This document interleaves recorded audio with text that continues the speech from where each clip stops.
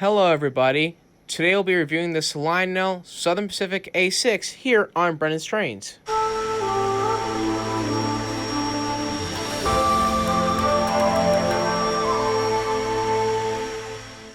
First, let's start things off with a little bit of history on the real Southern Pacific A6.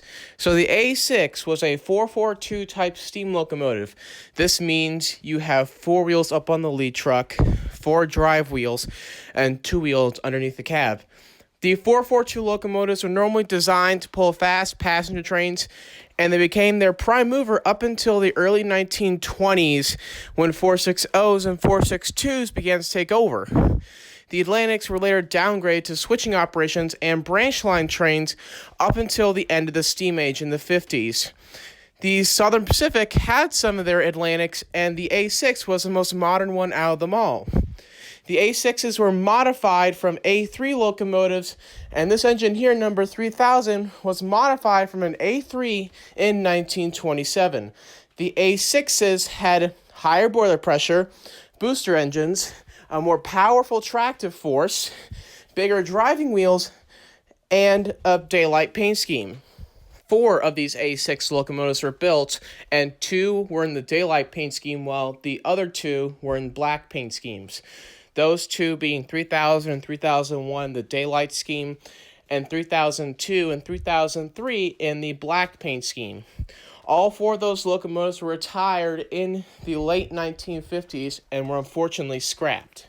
Now that you know the history of this engine, let's talk about this model here.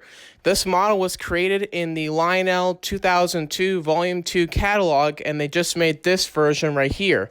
The features of this engine include chugging, a bell, a whistle, crew dialogue, electrocouplers, lighted number boards, lighted marker lights, forward and reverse light, cab chatter, a puffing smoke unit, and a firebox glow.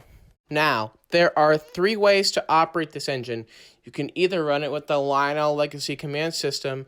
However, you can also run it with the Lionel Classic TMCC Command System, or you can run the engine conventionally with just a transformer and some track.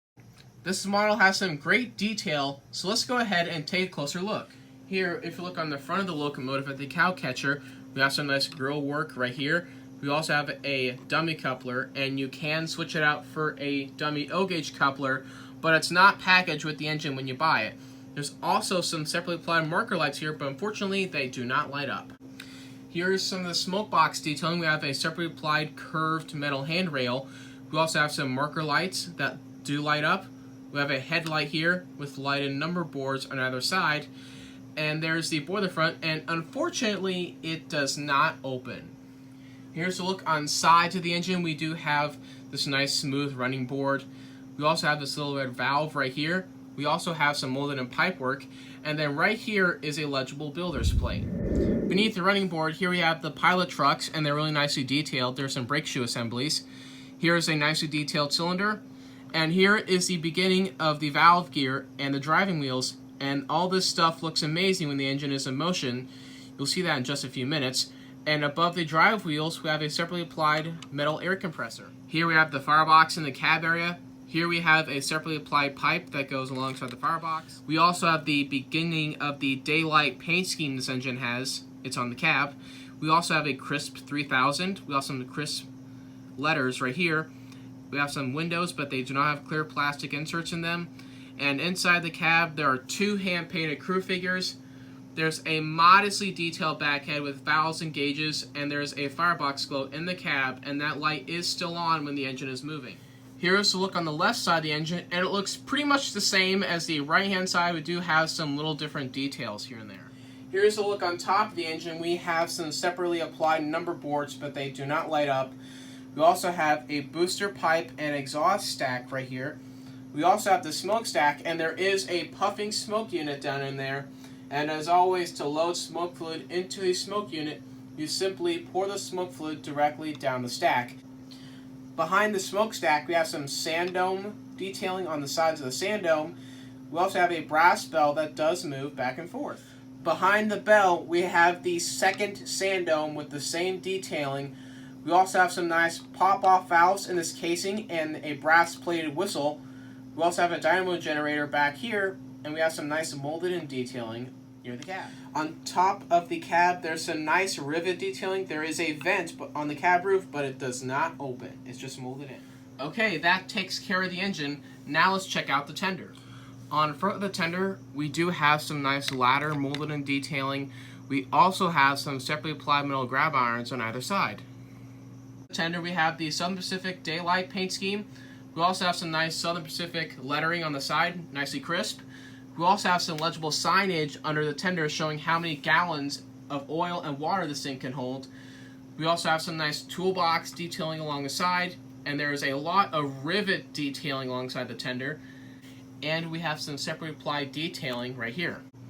Above the Southern Pacific lettering, there are some separately applied grab irons alongside the tender on either side. If you look on the top of the tender, we have an oil bunker, and this comes off to reveal some of the electronics.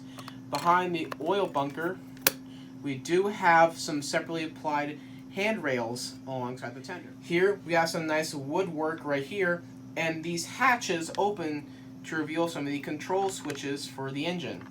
We have the signal sounds and rail sound switch. We also have the master volume control right here.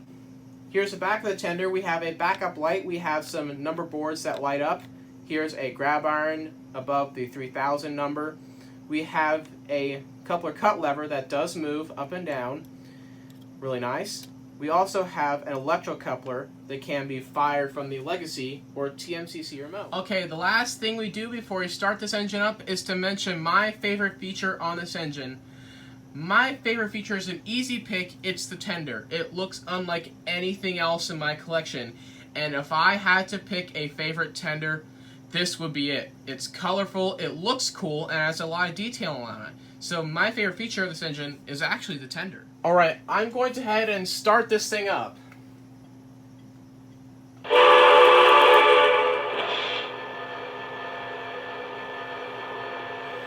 First up, let's check out the whistle.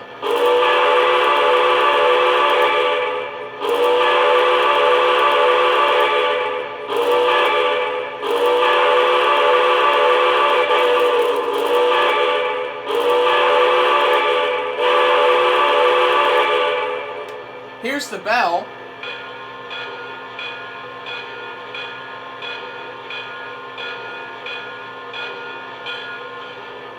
And here's some cab chatter.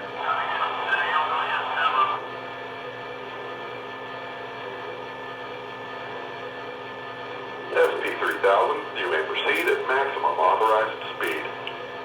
Alright, I'm going to couple her up to her train, and then we're going to move her on out.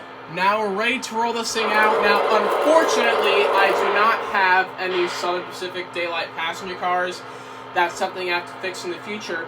So for this engine, I just put on some random passenger cars, and we'll just make believe that this is an excursion of some sort. But anyways, let's go ahead and roll her out.